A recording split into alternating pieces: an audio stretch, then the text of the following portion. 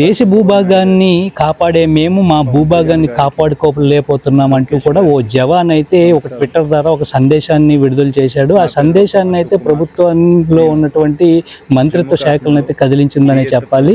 మీకు మేము అండగా ఉంటామంటూ కూడా మంత్రిత్వ శాఖ ఆ జవాన్కి భరోసా కల్పించి కూడా ఎంక్వైరీ చేస్తున్నటువంటి పరిస్థితి అయితే ఉంది. ఈ ఎంక్వైరీ నేపథ్యాన్ని చూసుకుంటే ఇది శ్రీకాకుళం జిల్లా కోటబొమ్మాలి మండలం చిన్నసానకు చెందినటువంటి రొక్కం అశోక్ అనే బిఎస్ఎఫ్ జవాన్ జమ్మూ కాశ్మీర్లో పనిచేస్తున్నారు.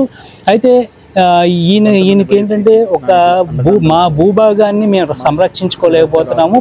కొంతమంది పార్టీ శ్రేణులు మాకు అపోజిషన్లో ఉన్నటువంటి వ్యక్తులు కలిసి మా ఇంట్లో గొడవ పెట్టి మా భూభాగాన్ని అడ్డుకుంటున్నారు. అయితే దయచేసి ఈ ఏపీ ప్రభుత్వం అయితే నాకు చొరవ తీసుకుని నాకు న్యాయం చేయాలని కోరుతూ కూడా అశోక్ ఒక సందేశాన్ని ట్విట్టర్లో పంపడం జరిగింది. పంపడం జరిగినటువంటి ప్రక్రియలో మంత్రి లోకేష్ కూడా దానికి స్పందించి మీకు తగినటువంటి న్యాయాన్ని చేస్తానంటూ కూడా లోకేష్ అయితే ఆ ట్విట్టర్లో సందేశాన్ని అయితే విడుదల చేశారు. అయితే వాస్తవానికి మనం శ్రీకాకుళం జిల్లా చిన్నసాన గ్రామంలో ఉన్నాము. వాస్తవానికి అక్కడ ఉన్నటువంటి పరిస్థితులు ఏంటి, ఆయన ఆ సందేశాన్ని ఎందుకు పంపించారు అనే విషయాన్ని అశోక్ తల్లి ఇక్కడే ఉన్నారు. వారిని అడిగి మరిన్ని విషయాలు అయితే తెలుసుకునే ప్రయత్నం అయితే చేద్దాం. అమ్మ నమస్తే. ఇప్పుడు మీ అబ్బాయి అశోక్ జవాన్గా పనిచేస్తున్నారు. ఆయన ఒక ప్రభుత్వానికి ఒక వేడుకోలు చేశారు. మా పొలాన్ని ఆక్రమిస్తున్నారు బయటకు చెందినటువంటి వ్యక్తులు. అసలు ఏం జరిగింది మీరు చెప్పగలరా? ఏం జరిగిందంటే సార్, మరి 3 సెంట్లు పొలము మాదే అనేసి మా మధ్య గారు అంటున్నారు. లేదు మాదే అని అంటున్నాము. మా వాటాలు ఏంటంటే 8 సెంట్లు తనకున్నది, 3 సెంట్లు మాకున్నదని మేము రాసుకున్నాం కూడా. అవి కూడా అప్పుడు కూడా అన్నారు. ఇప్పుడు మా బయట వాళ్ళు వచ్చి ఏంటంటే అది వాళ్ళది కాదు మీదేనేసి వాళ్ళకేమో లేనిపోని చెప్పేసి గొడవ ఎక్కువ చేస్తున్నారు. వాళ్ళు వచ్చి మా మొక్కలు ఉంటాయి ఎక్కలాగేయడం, మేము వేసిన టమాటా మొక్కలు కాయలు పళ్ళతో ఎక్కలాగేశారు. ఎక్కలేసి ఏమలాగా ఎక్కలేరంటే మా మీదకి వచ్చారనమాట. వాళ్ళు వీళ్ళు అందరూ ఇప్పుడు 2 మగవాళ్ళను మా తోటి కోడలు కూడా మా మీదకి వచ్చింది. అయితే మీరు ఎక్కలాగేసి కూడా మేము మీదకి వస్తున్నారు మంచిది కాదనేసి మేము జడిసిపోయి ఇంటికి వచ్చేసాం. ఇంటికి వచ్చింది కూడా మళ్ళీ ఇంటి దగ్గరికి వచ్చి తిట్టారు. తిట్టి కూడా మా ఆయన ఏమన్నారంటే తలుపులు వేసుకుని లోపే ఉందమా, ఎలాగుంటే అలాగే ఉంది, బయటకు వచ్చి మనం దెబ్బలు కాయలేము కదా అనేసి మా ఆయన అనేసారు. అనేసిన తర్వాత మళ్ళీ కూడా మేము ఏం చేసామంటే దున్నాం. ఏం దున్నామనేసి 2 మనుషులు తెచ్చుకొని వచ్చారు. వచ్చి కూడా ఏం దున్నామనేసి నాకేమో కొట్టడానికి వచ్చారు. మా ఆయన ఇంటికాడే ఉన్నారు. అయితే ఏమలా కొట్టడానికి వస్తున్నావు, నేనేమన్నాననేసి పొలం దున్నామా అంతే కదా మేమేం చేయలేదు అనేసి మేము లోపలికి వచ్చేసాం. మళ్ళీ కూడా వాళ్ళు ట్రాక్టర్ తోటి దున్నేశారనమాట. దున్నేసిన తర్వాత మళ్ళీ నేను వెళ్తే మళ్ళీ మీదకి వచ్చి మాకు గొడవ చేశారు. ఇప్పుడు వాళ్ళు అంటే ఎవరు, మీ బాగారులా లేకపోతే బయట వ్యక్తులు? వీళ్ళు పెద్దనాన్న కొడుకులని, పెద్దనాన్న గారు మనవలు. మా ఆయన పెద్దనాన్న గారు మనవలు వాళ్ళు. కానీ ఆ భూమికి వాళ్ళకి ఏం సంబంధం లేదు. బయట వాళ్ళకి వాళ్ళకి ఎప్పటి నుంచో మాకు వాళ్ళకి సంబంధం లేదు, మాటలు లేవు పూర్వం నుంచి. ఇప్పుడు ఏంటంటే మాకు దుఃఖానికి మా మధ్య మా తోటికోడలకి లేనిపోయిన చెప్పేసి గొడవ ఎక్కువ పెంచారు. ఇప్పుడు వాళ్ళ దగ్గర ఉంటే వీళ్ళు మాకు కొట్టడానికి వస్తున్నారు. మొన్న కూడా వచ్చారు. మేము అలాగే ఇంట్లోనే దాగుని ఉంటున్నాం. మరి మాకు ఇంకే ఇంట్లో ఎవరు లేరు, బయట సపోర్ట్ లేదు, బయట వాళ్ళు అడగరు. అడిగినే వాళ్ళు భయపడిపోతున్నారు అన్నమాట. రౌడీలు గోండలు నాటి వాళ్ళు ఇద్దరు భయపడిపోతున్నారు. అది కాదు సార్. మరి ఇంకా అందులో దీనిలో ప్రధానంగా మీ అబ్బాయి ఆరోపించింది ఏంటంటే మా పొలానికి సంబంధించి బయట వ్యక్తులు ఇన్వాల్వ్ అవుతున్నారు. అయితే ప్రధానంగా చూసుకుంటే దీనిలో వైసీపీ శ్రేణులను అడ్డు పెట్టుకుని మమ్మల్ని అటకాయించే ప్రయత్నం చేస్తున్నారు అంటున్నారు. ఏంటది? వైసీపీ వాళ్ళు ఏంటంటే వాళ్ళకి తోడవుతున్నారు అనమాట. వాళ్ళు తోడవుతున్నారనమాట. వాళ్ళ దగ్గరికి వస్తున్నారు. నేను కూడా మీతో కలుస్తానని వాళ్ళు కూడా మాకు తోడు గొడవకు వస్తున్నారు అనమాట పక్కోళ్ళు. మరి దీనికి సంబంధించి పోలీస్ స్టేషన్లో ఫిర్యాదు ఏమన్నా చేయడం జరిగిందా మీరు కానీ వాళ్ళు కానీ? పోలీస్ స్టేషన్ కంప్లైంట్ ఉన్నది. కంప్లైంట్ ఉంది. వాళ్ళు ఏదో మేము న్యాయం చేస్తామంటారు. అలా రోజులు గడిపిస్తారు. వాళ్ళు ఏం చేయలేదు. ఇది ఎప్పటి నుంచి నలుగుతుంది ఈ వ్యవహారం? ఎప్పటి నుంచి? సంవత్సరంన్నర దగ్గర 2-3 సంవత్సరాలు అవుతుంది. అలాగవుతుంది. పోనీ ఏదో మనం చెప్తే ఊర్లో వాళ్ళు అడుగుతారు కదా మేము అలాగే ఎదురు చూస్తున్నాం. ఎవరు కూడా అడగలేదు, మాకు అడగలేదు. అడిగినా మరి వాళ్ళు ఒప్పరు. వాళ్ళ మీద కూడా వస్తున్నారు. మీరు లేనిపోయిన వాళ్ళకి చెప్తారని వాళ్ళకి కూడా తిడుతున్నారు. అందుకే వాళ్ళు అడగడం మానేశారు ఊర్లో ఉన్న. అయితే ఇప్పుడు లోకేష్ స్పందించినటువంటి తీరుకైతే ప్రభుత్వ అధికారులు అయితే గ్రామంలోకి వచ్చామంటున్నారు. మరి ప్రభుత్వ అధికారులు మీతో ఏం మాట్లాడారు, వాళ్ళు ఏమని వివరణ ఇచ్చారు మీకు? ప్రభుత్వ అధికారులు అంటే మా అబ్బాయి తోటి లోకేష్ గారు మీకు న్యాయం చేస్తాము, అమ్మ నాన్నకి న్యాయం చేస్తాము, మీ భూమి మీకు ఇప్పిస్తామని చెప్పారు సార్. తర్వాత మొన్నేమో వచ్చారంటే అమ్మారమ్మను అతను ఎవరో ఇంకొక అతను వచ్చారు, పోలీసు అతను వచ్చి మా పేపర్లు అన్నీ పరిశీలించి అన్నీ రాసుకొని వెళ్ళారు. రాసుకొని వెళ్ళి అతనికి ఇచ్చారనమాట. అయితే ఇది కేవలం మీ బాగారుల తాలూకా ఆస్తి గొడవలకి అంటే బయట వ్యక్తులు ఇన్వాల్వ్ అయ్యారనే నెపమే ఎక్కువైపోయింది. లేకపోతే మేము వాళ్ళకి డబ్బులు ఇవ్వడమో లేకపోతే మేము కొనుక్కోవడమో లేకపోతే వాళ్ళదైతే వాళ్ళకి ఇచ్చేయడమో మాదైతే మనం ఉంచుకోవడం మేము తేల్చుకున్నాం. వాళ్ళు మా లోన్ చేరడం ఎక్కువైపోయింది. గొడవ మాకు తేలనివ్వడం లేదు. ప్రసాద్ సార్ కొడుకు దగ్గర కూడా గొడవ తేలింది. ఎందుకు అతను వికలాంగులు కదా, డబ్బులు ఇచ్చేయండి, మరి మీకు గొడవే ఉండదని 60,000 ఇస్తామని కూడా ఒప్పుకున్నాం. ఇచ్చేస్తాము అనేసి అటు నుంచి వచ్చి కూడా మాకు కానివ్వలేదు. డబ్బులు ఇచ్చేస్తామంటే కానివ్వకుండా మళ్ళీ గొడవ ఎక్కువ చేస్తారు. అంటే మీ గొడవకు సంబంధించి ఇటు రెండు పార్టీ శ్రేణులను అయితే విమర్శించడం జరుగుతుంది. అంటే ఒక పక్కన వైసీపీ శ్రేణులే మాకు అన్యాయం చేస్తున్నారు బయట ఉండి అని చెప్పేసి మీ అబ్బాయి ఆరోపించడం జరిగింది. అంటే ఇదేంటి ప్రధానంగా టీడీపీ వైసీపీ లాగా ఇది అయిపోయింది గ్రామంలో, మరి మీరు ఎలా ఊహించుకుంటున్నారు? వైసీపీ అంటే వాళ్ళు తొలి టీడీపీలో ఉండేవారంటే మనకు తెలియదు. ఇప్పుడు వైసీపీ వాళ్ళు ఆ ఇంటి వాళ్ళు మాత్రం ఏ ఊళ్ళో మాకు తెలియదు, కానీ ఆ ఇంటి వాళ్ళు మాత్రం వైసీపీ వాళ్ళు మాత్రం మా ఇంటి మీదకి వస్తారు సార్. మేము పొలం మీదకి వెళ్తే వాళ్ళు మా ఇంటి మీదకి వస్తారు. మీరు ఒకటి దున్నకూడదు, మీరేంటే నీకు మొన్నే నాకు దవడ పళ్ళు ఎగిరిపోతాయి, బొగ్గు ఆసిపోద్ది అని అన్నారు సార్. అగో వెళ్ళి ఎత్తే వెళ్తున్నారు ఆ ఇంటికి వాళ్ళే. అది మేము భయానికి అలాగే ఇంట్లోనే ఉంటున్నాము. బయటకు రావాలంటే మేము రావాలి కదా, దేనికైనా అవసరానికైనా రావాలా. మాకు ఆవులు ఉన్నాయి, బక్కబడి ఉంది, రావాలి కదా. మరి రావడానికి కూడా మాకు భయం వేస్తుంది, భయపడిపోతున్నాం. ఎలాగా మాకు ఎవరు అడిగిన వాళ్ళు లేరు, మేము ఏడ్చే ఇంట్లోనా కనీసం నీళ్ళు తెచ్చుకుందామని నూతికెళ్ళి నీళ్ళు తెచ్చుకుందామనే మాకు భయం వేస్తుంది. ఏమో తోవంటే మాకు ఏమైనా అంటారా, ఏది చేస్తారని, మా ఆయన ఎక్కడికి వెళ్తారని వచ్చిన దాకా కూడా నాకు భయమే. అయితే పోలీసులు మీ గ్రామంలోకి వచ్చారు, మీతో వివరణ అడిగి తెలుసుకున్నారు.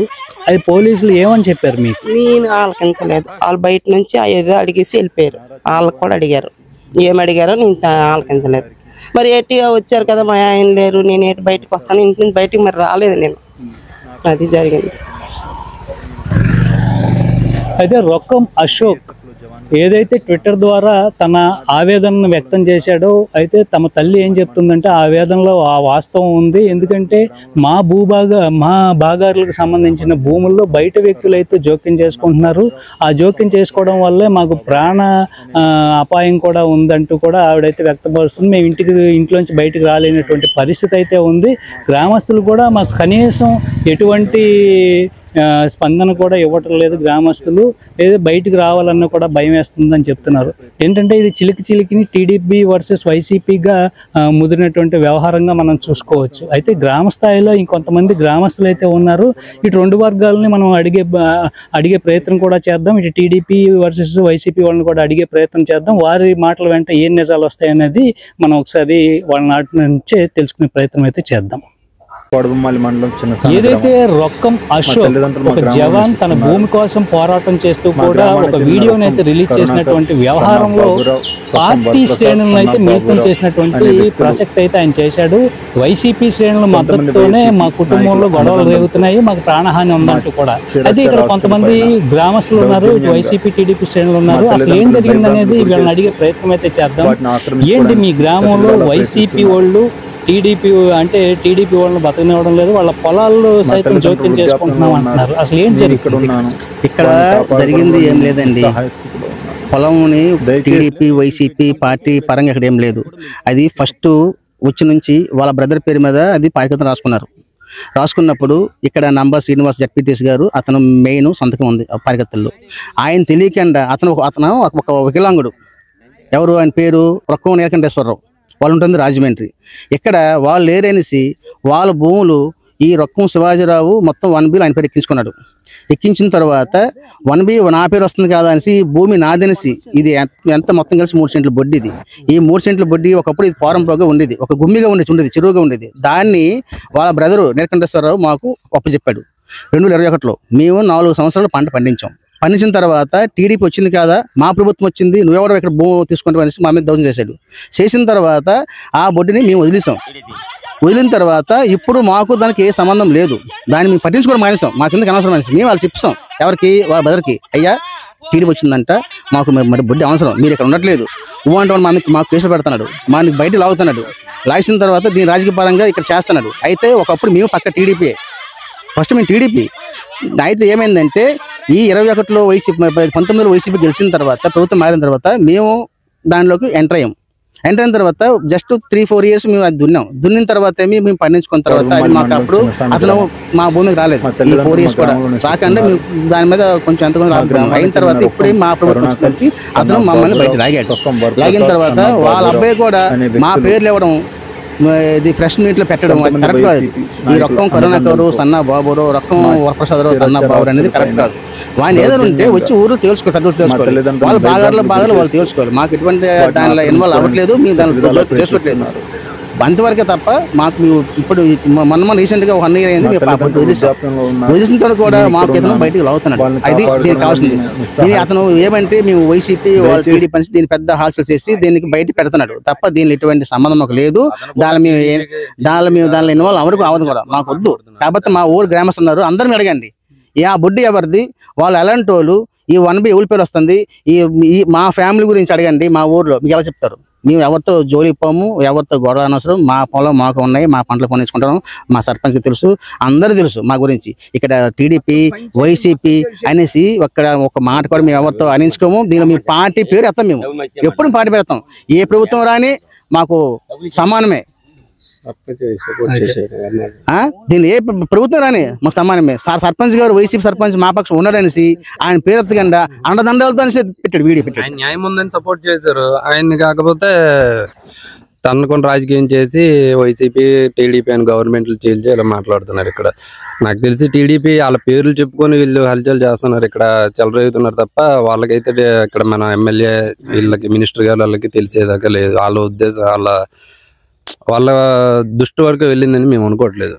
వీళ్ళే ఇక్కడ వాళ్ళ పేరు చెప్పి హల్చల్ చేస్తున్నారు. అయితే ప్రధానంగా చూసుకుంటే ఇక్కడ టీడీపీ వర్సెస్ వైసీపీగా అంటే ఆయన ఎవరైతే జవాన్ ప్రస్తావించాడో అంటే వైసీపీ శ్రేణుల అండదండలతోనే జరుగుతుందని ప్రస్తావించాడో, ఇటు చూసుకుంటే మీరు ఒక రకంగా చూసుకుంటే ఒక టీడీపీ దీనిలో ఉన్నారు, టీడీపీ పార్టీలో ఉన్నారు. దాన్ని ఎలాగా చూడాల్సి వస్తుంది? ఎలా చూడాల్సి వస్తుందంటే ఏం చెప్తామండి, వాళ్ళు ఇక్కడ ఇంకా పార్టీని దీన్ని బాగా పూర్తిగా రాజకీయం చేసేసి అసలు వాళ్ళ ఫ్యామిలీలో తేల్చుకోవాల్సిన మ్యాటర్ని పూర్తిగా వీళ్ళు మాకు న్యాయం ఉందని చెప్పి సపోర్ట్ చేసిన దానికి రాజకీయం చేసి ఇంత హల్చల్ చేస్తున్నారు. మరి మేము కూడా రాజకీయం అని ఇలాంటివి నేను తిరిగాను, టీడీపీలో ఉన్నాను, నేను టీడీపీ ఎన్నో మహానాడులు గట్రా కార్యక్రమాలు తిరిగాను. కానీ మేము అన్నీ ఇంకా దాన్ని ఎక్కడో ఆపుదామని చూస్తున్నాం. కానీ వాళ్ళు అలానే దాన్ని పెంచుకుంటూ పోతున్నారు తగులు. ఆ వికలాంగుడు భార్య, ఇప్పుడు ఆయన ఎవరైతే కార్యకర్తలు రాశారో వాళ్ళ భార్య అతను వికలాంగుడు, వాళ్ళ భార్యను కూడా ఇక్కడే కొట్టేసి ఫోన్ గట్రా బదులు కొట్టేశారు. ఎవరు? ఈ రొక్కం అశోక్ కుమార్ వాళ్ళ ఫాదర్ శివాజీరావు గారు, రొక్కం శివాజీరావు గారు. అంటే అప్పట్లో కంప్లైంట్ ఏమన్నా పెట్టిందా? రీసెంట్ గానే వాళ్ళ గవర్నమెంట్ ఉందని చెప్పి, టీడీపీ మా గవర్నమెంట్ వచ్చిందని చెప్పి ఆవిడని కొట్టేశారు. ఇక్కడే కొట్టేస్తే ఆవిడ కోడవమల్లి పోలీస్ స్టేషన్ లో ఆవిడ రిపోర్ట్ కూడా ఇచ్చారు. ఆ కాపీ కూడా ఉన్నది. కానీ వాళ్ళ గవర్నమెంట్ కాబట్టి వాళ్ళ నాయకులతో ఎవరితో లోకల్ నాయకులతో ఫోన్లు చేపించేసి దాన్ని అక్కడితో ఆపించేశారు. వాళ్ళు మళ్ళీ వెళ్ళిపోయారు. వాళ్ళని రప్పించడం, ఇక్కడ రాజకీయం చేయడం, గొడవలు పెట్టడం, మళ్ళీ వెళ్ళిపోవడం ఇంకా ఇలానే సాగుతుందండి. నిన్న కూడా ఎస్ఐ గారు వచ్చారు, సబ్ ఇన్స్పెక్టర్ గారు కోడమల్లి. ఏమంటారు మరి వాళ్ళకి తెలిసిందే. వాళ్ళని ఆ పేపర్లు అయితే చూసారు. పేపర్లు చూసి కార్యకర్తలు, గ్రామ పెద్దలు, పంచాయతీ పెద్దలు అందరు రాశారు కదా. మరి ఎందుకు దీని గురించి ఇంత వీళ్ళు చేస్తున్నారు అనేసి అంటే మేము చెప్పాం, మేము గవర్నమెంట్ వాళ్ళది ఉందని చెప్పి వాళ్ళు ఏదో గవర్నమెంట్ ఈ పేర్లు లాగే ఇలా చేస్తున్నారండి, మమ్మల్ని ఇదిలో పెడుతున్నారు. తర్వాత వాళ్ళు అన్నదమ్ములు తేల్చుకోకుండా మమ్మల్ని మధ్యలో లాగుతున్నారు. వాళ్ళకి మేము బాగారులమే కానీ మేము భూమి చేయమని ఇచ్చిన దానికి మమ్మల్ని లాగుతున్నారు మధ్యలో. దీన్ని అనవసరంగా రాజకీయం. టీడీపీలో ప్రధానంగా యాక్టివ్గా ఉన్నటువంటి మీరు దీన్ని ఏ విధంగా చూస్తారు? ఏ విధంగా చూస్తామంటే ఇదంతా పార్టీలని పేర్లను బయట పెట్టి ఎవరికాళ్ళు వీక్ అవడం తప్ప ఇంకెందులో ఏం లేదండి. దీన్ని గవర్నమెంట్ ప్రధానంగా రొక్కం అశోక్ ఆరోపించినటువంటి ఆరోపణ అయితే అది వాస్తవం కాదంటారా? వాస్తవం కాదండి, అది ఎంతవరకు వాస్తవం కాదు. అది ఒక జవాన్ వీడియో పెడితే అందరూ దాన్ని ఏదో జవాను అంటే సింపతి చూపిస్తున్నారు తప్ప ఇక్కడ కిసాన్ కూడా రైతు కూడా ఇదే కదండి, జై కిసాన్ జై జవాన్ అంటారు కదా. మరి రైతు విషయం ఎందుకు? మేమేం బిజినెస్ మ్యాన్లు కాదు కదండి, మేము వ్యవసాయం చేసుకుని కూలీనాలు చేసుకుని బతుకున్న వాళ్ళమే.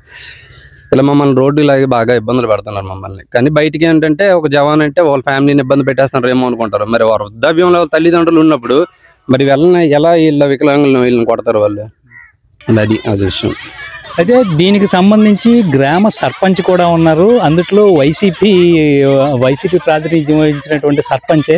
అయితే దీన్ని ఏ విధంగా చూస్తారనేది ఆ వైసీపీ సర్పంచ్ని అయితే అడుగుదాము. ముందు వైసీపీ పార్టీ, తర్వాత ఆయన సర్పంచ్ అయినటువంటి పరిస్థితి అయితే ఉంది.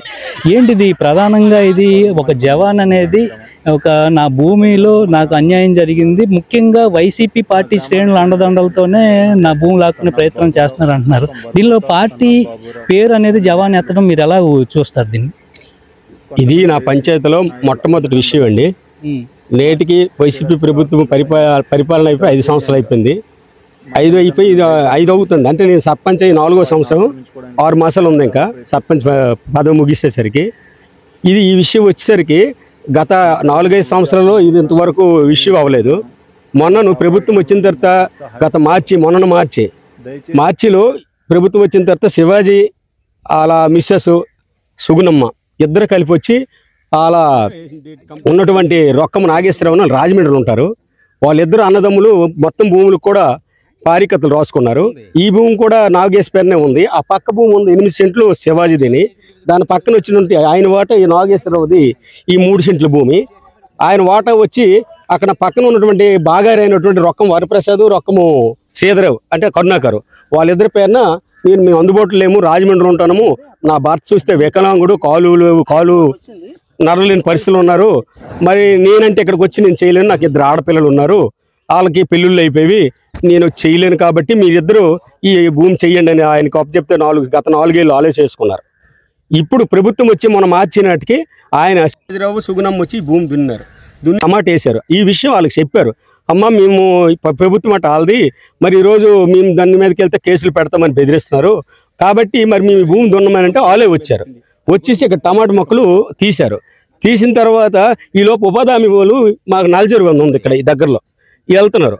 వాళ్ళు చూస్తుండగా ఒక ఇంత కర్ర పట్టుకొని ఆవిడ లేడీస్ అని కూడా చూడలేదు, శివాజీ అనే రావు పిర్రల మీద తొడల మీద బీభత్సంత కొట్టాడని చెప్పేసి నా గ్రామస్తులే నాకు చెప్పారు, చాలా బాధపడి చెప్పారు. ఆయన ఆటోలో దిగలేడు, ఈవిడేమో దిగి ఇక్కడ దొరికిపోయింది, ఇదే ప్లేస్లో దొరికిపోయింది. గిలగాల కొట్టలేదు, బీభత్సం దండమనే వదలలేదు, ఆయనకి కాళ్ళు లేవు. లాస్ట్కి ఇసిగిపోయి పోలీస్ స్టేషన్కి వెళ్ళారు, కంప్లైంట్ ఇచ్చారు. కంప్లైంట్ ఇచ్చిన తర్వాత ఎస్ఐ గారు చూశారు, 1 వారం రోజులు శివాజీ కవరిస్తే స్టేషన్కి వెళ్ళకుండా వీళ్ళు తిరిగి ఇసిగిపోయి ఈ లోపల తెలుగుదేశం ప్రజలకు కూడా వాళ్ళు ఇక్కడ తెలుగుదేశం అని కాదండి, వైసీపీ అని కాదండి, వాళ్ళు రాజమండ్రిలో ఉంటారు, వాళ్ళకి ఇక్కడ ఓట్లు కూడా లేవు, భూములు అయితే ఇక్కడ ఉన్నాయి. వాళ్ళు ఇదే మొట్టమొదటి నాకు కలవడం, వాళ్ళు వచ్చి ఇక్కడ అలా చుట్టాలు బంధువులు ఇంటికి వచ్చి 2 రోజులు 3 రోజులు ఉంటారు, వెళ్ళిపోవడం. ఈ సమస్య వచ్చింది కాబట్టి దెబ్బలు కాసినందువల్ల పోలీస్ స్టేషన్కి వెళ్తే న్యాయం జరుగుతుంది వెళ్ళారు. వెళ్ళిన తర్వాత ఆయన వరణి మీద కూర్చున్నారు.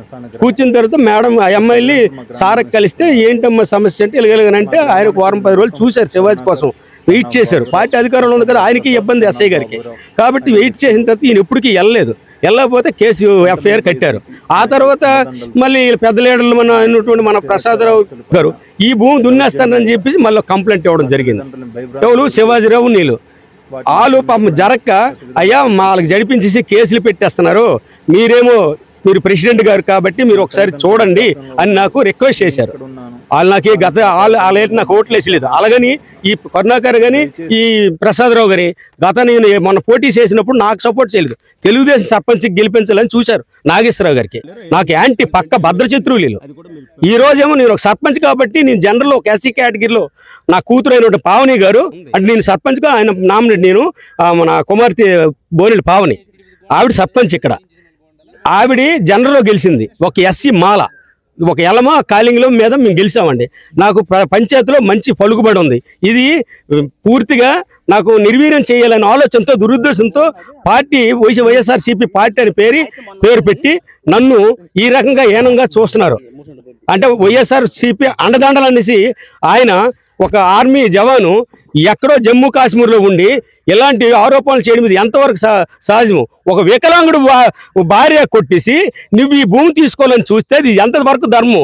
అయ్యా రామ్మోహన్ నాయుడు గారు, అయ్యా మంత్రివర్యులు అచ్చెన్నాయుడు గారు, అయ్యా లోకేష్ గారు, మీరు ముగ్గురు కూడా గమనించి మీరు వీలైతే త్వరగా కలెక్టర్ గారికి, ఎంఆర్ఓ గారికి, ఎస్సీ గారికి, ఎస్పీ గారికి చెప్పి కింద స్థాయిలో పరిశీలించి మా గ్రామ పెద్దల సమక్షంలో పరిశీలించి వారికి ఒక వికలాంగుడు అయినటువంటి నాగేశ్వరరావు గారికి న్యాయం చేయాలని మీ ముగ్గురు కూడా దయవుంచి పార్టీలు కాదు, ఇక్కడ పంచాయతీలో మంచి పేరు ఉంది, గౌరవం ఉంది. మాకు ఇంత అవమానం పరచొద్దు. మేమున్న గౌరవమైన కుటుంబానికి పుట్టి ఒక జనరల్ కేటగిరీలో గెలిచాము. ఇక్కడ వ్యక్తిత్వము మెయిన్. మేమేమో ఒక రౌడీ విజయము గోండా విజయం చేసినటువంటి కాము. ఎక్కడ న్యాయం ఉంటే అక్కడికి వెళ్ళి నిలబడే బాధ్యత నాది. నేను ఒక పంచాయతీ ప్రజలు నాకు ఇచ్చిన హక్కు. నేను ఇది మీకు ఛాలెంజ్గా చెప్తున్నాను. మీతో కూడా మీ ఎర్రనాయుడు గారితో మీ నాన్నగారు అయినటువంటి ఎర్రనాయుడుతో 15 సంవత్సరాలు నేను తిరిగాను. నేను ఎన్నాళ్ళు తిరిగానో ఆయనకి నాకే తెలుసు. నాకు కొన్ని కారణాల వల్ల అచ్చెన్నాయుడు గారు నాకు కొన్ని వెనక పెట్టారు కాబట్టి ఈరోజు గత 98లో నేను సైడ్ అయిపోయాను. అలాగని ఏ రోజు కూడా మిమ్మల్ని విమర్శించడం కానీ ఎటువంటి హీనంగా మాట్లాడడం కానీ ఏ రోజు కూడా నేను చేయలేదు. నన్ను ఇప్పుడు ఈదులో తీస్తున్నారు మీ క్యాడరు. కావాలంటే మీ తెలుగుదేశం క్యాడరే ఉన్నారు. ఇది న్యాయమా అన్యాయమా ఉన్న కార్యకర్తలకు అడగండి. ఆయన ఒక్కరే కాదు కదా మీకు ఓటు వేయలేదు, అందరూ వేశారు కదా, వేశారని మీరు అనుకుంటున్నారు కదా. మిగతా పంచాయతీలో 5 గ్రామాలు ఉన్నారు. 5 గ్రామాల ప్రజలు కూడా మీ యొక్క తెలుగుదేశం కార్యకర్తలు ఉన్నారు. వాళ్ళందరికీ పిలిపించి మాకు ఉన్నటువంటి జడ్పీటీసీ గారు ఆయన మంచి మనసున్న వ్యక్తి నంబాల శ్రీనివాసరావు గారు ఇలాంటి వీటికి ఒప్పుకోరు. ఆయన ధర్మదాత. ఎందుకంటే నేను ఆయనతో ఎప్పుడు కూడా యాంటీ అని ఏ ఎలక్షన్ కూడా ఆయన ఎంపీటీసీ పోటీ చేయడం నుంచి ఆయనకి నాకు ఇలాంటి విషయాలకు వచ్చారు. మేము మా ఇద్దరం కూడా న్యాయంగా వెళ్తాము. ఆయనకి మనస్సాక్షిగా ఆయన చెప్తారు. మీరు కావాలంటే శ్రీనివాసరావు గారికి మీరు పెద్దలు మీ ముగ్గురు కూడా రామ్మోహన్ రెడ్డి గారు, లోకేష్ గారు, అలాగే అచ్చెన్నాయుడు గారు మీరు ముగ్గురు కూడా ఆయనకి ఫోన్లో మాట్లాడండి. నిజమంత వరకు మీకు తెలుస్తుంది. ఇవన్నీ కలబుల మాటలు మానేసి అక్కడెక్కడో జమ్మూ కాశ్మీర్ ఉండమని సానుభూతి మీరు చూపిస్తే ఇక్కడ పంచాయతీలో ఇలాంటి వ్యక్తులకి దుష్ట శక్తులకి మీరు వెనకేసుకుని వస్తే ఉన్న తెలుగుదేశం కార్యకర్తలు కూడా మీ వెనక రారని ఈ ముఖాముఖంగా నేను చెప్తున్నాను. రాబోయే ఎలక్షన్లో నేనే వైసీపీ జెండా ఇక్కడ ఎగరవేస్తానని ముమ్మాటి చెప్తున్నాను. అయితే ప్రధానంగా చూసుకుంటే ఒక 3 సెంట్ల భూ వివాదం అనేది ఇప్పుడు తారాస్థాయిగా మారిందనే చెప్పుకోవచ్చు.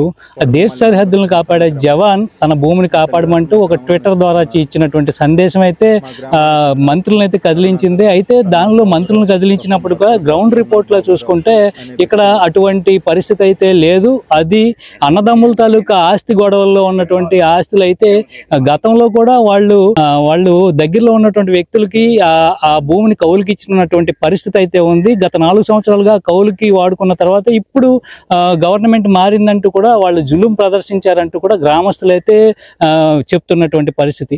ఏది ఏమైనా కానీ గ్రౌండ్ రిపోర్ట్ ఆధారంగా అధికారులు పర్యవేక్షించి సంబంధిత మంత్రులు కూడా ఏదైతే సరిహద్దుల్లో ఉన్నటువంటి వ్యక్తి చేసినటువంటి ఆరోపణలు వాస్తవం కాదని కూడా వీళ్ళు చెప్తున్నటువంటి పరిస్థితి అయితే ఉంది.